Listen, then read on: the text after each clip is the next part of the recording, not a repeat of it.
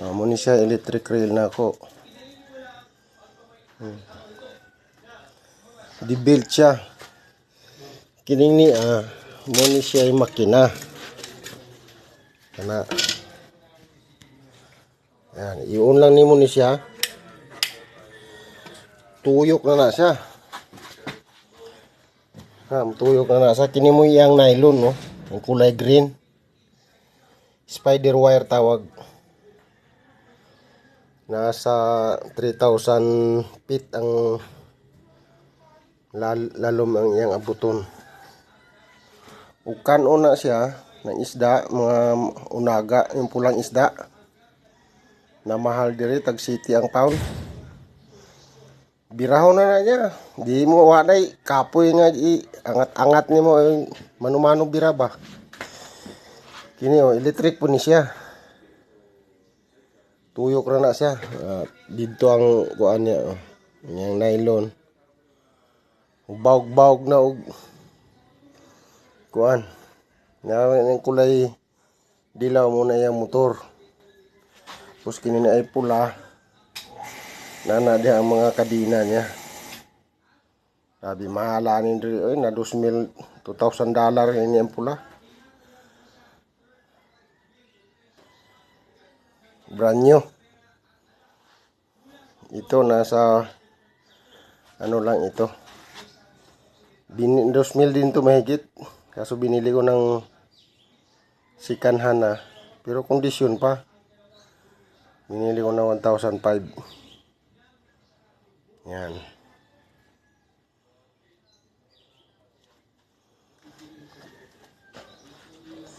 Ito naman yung pangpana ko. I-issue ko yan sa mga diver ko, mga fisherman ko. Yan ang pana nila. Sisid sila punta sa ilalim.